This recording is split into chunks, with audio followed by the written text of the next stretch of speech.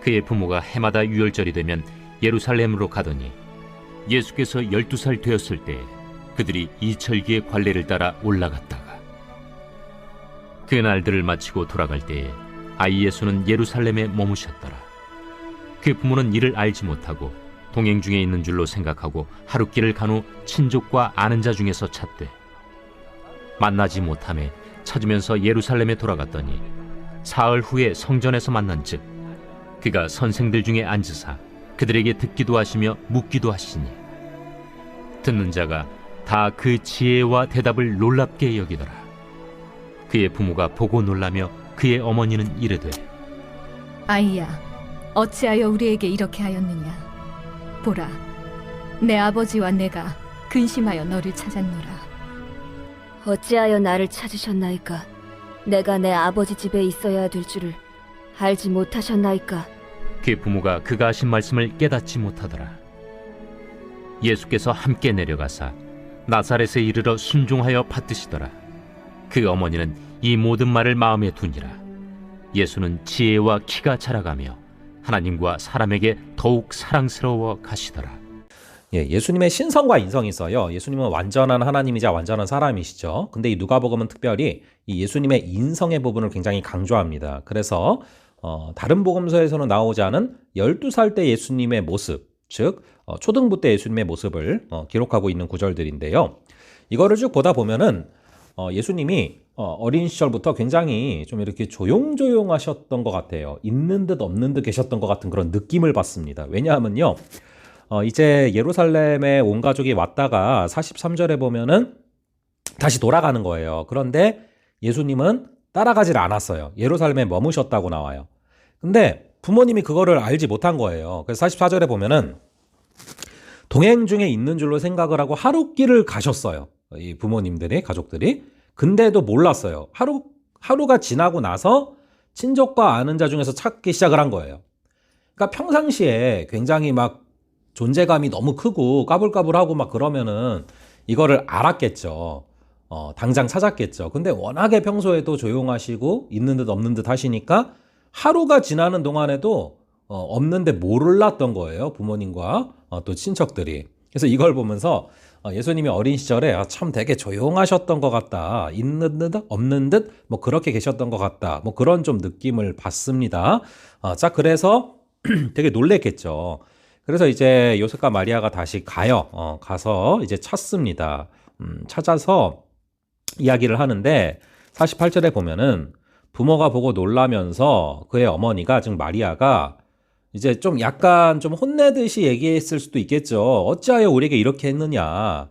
보라, 내 아버지와 내가 근심해서 너를 찾지 않았냐. 그랬는데 그거에 대한 예수님의 반응이 역시 예수님은 일반적인 초등학생 같지 않아요.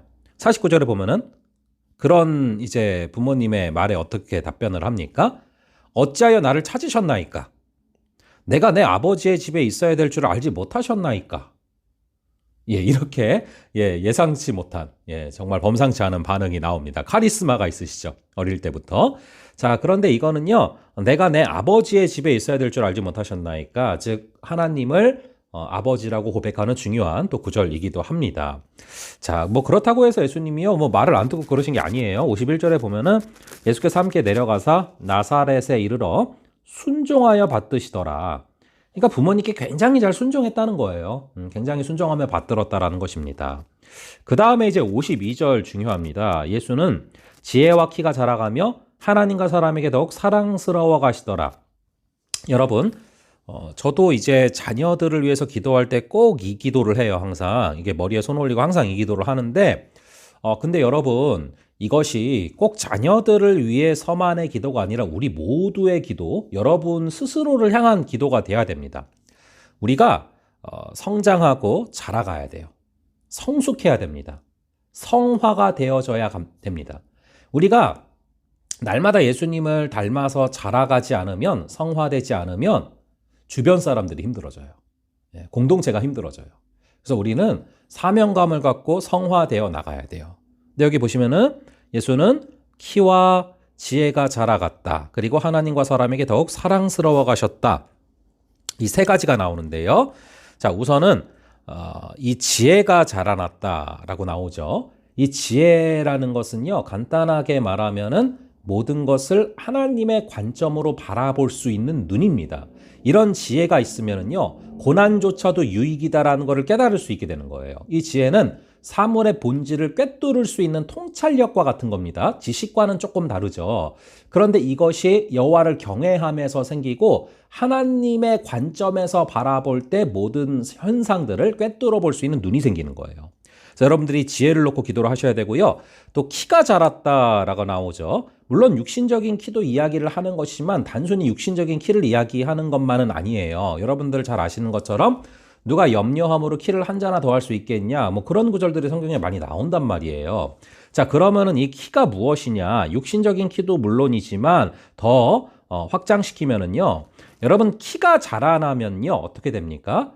예, 키가 자라나면은 시야가 더 넓어질 수밖에 없어요. 키가 자라난다라는 것은 더 성장하여서 더 넓게 바라보고 더 폭넓은 시각을 갖고 살아갈 수 있다라는 것을 이야기하는 것입니다. 그래서 우리가 스스로를 향해서도 하나님 지혜가 자라가게 하여 주시옵소서, 또 키가 자라가게 하여 주시옵소서 기도해야 돼요. 이것은 뭐 내적과 외적 뭐 이렇게 볼 수도 있어요. 내적으로도 지혜가 커지고 외적으로도 키가 커지고, 그래서 내외적으로 우리가 성화되고 성숙하고 성장해야 되는 것이죠. 자, 그런데 뒤에 보면은 하나님과 사람에게 더욱 사랑스러워 가시더라. 우리가 지혜가 자랐고 키가 자랐다라는 것을 증명할 수 있고 점검할 수 있는 게 뭐냐? 하나님과 사람에게 더욱 사랑스러워 가시더라. 하나님과 사람에게 더욱 사랑스러워지면요, 지혜와 키가 자라난 것입니다. 그래서 우리는 하나님과 사람에게 사랑스러워지고 있는가? 이것을 늘 점검을 하고 이것을 놓고 기도해야 됩니다.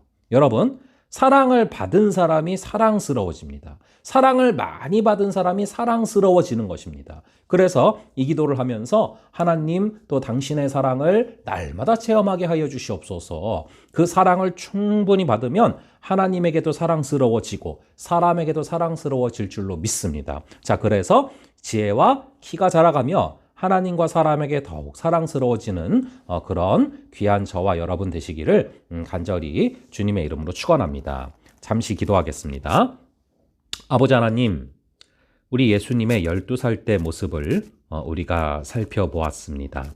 아버지 하나님, 그 모습들을 통하여서 더욱더 그 예수님이 참 보고 싶고 또 그 예수님이 느껴지는 그런 귀한 은혜를 허락하시니 감사합니다. 아버지, 간절히 바라기는 정말 우리가 함께 붙잡고 묵상한 말씀처럼 우리 역시도 예수님이 지혜와 키가 자라가며 하나님과 사람에게 더욱 사랑스러워 가셨던 것처럼 우리 역시도 지혜가 자라나게 하여 주시옵소서. 모든 것을 하나님의 관점으로 바라볼 수 있는 그 눈을 허락하여 주시옵소서. 키가 자라나게 하여 주시옵소서. 우리가 시야가 넓어지게 하시고 더 높은 곳을 바라보며 아버지 하나님께서 주시는 그 넓은 시야로 세상을 살아가게 하여 주시옵소서.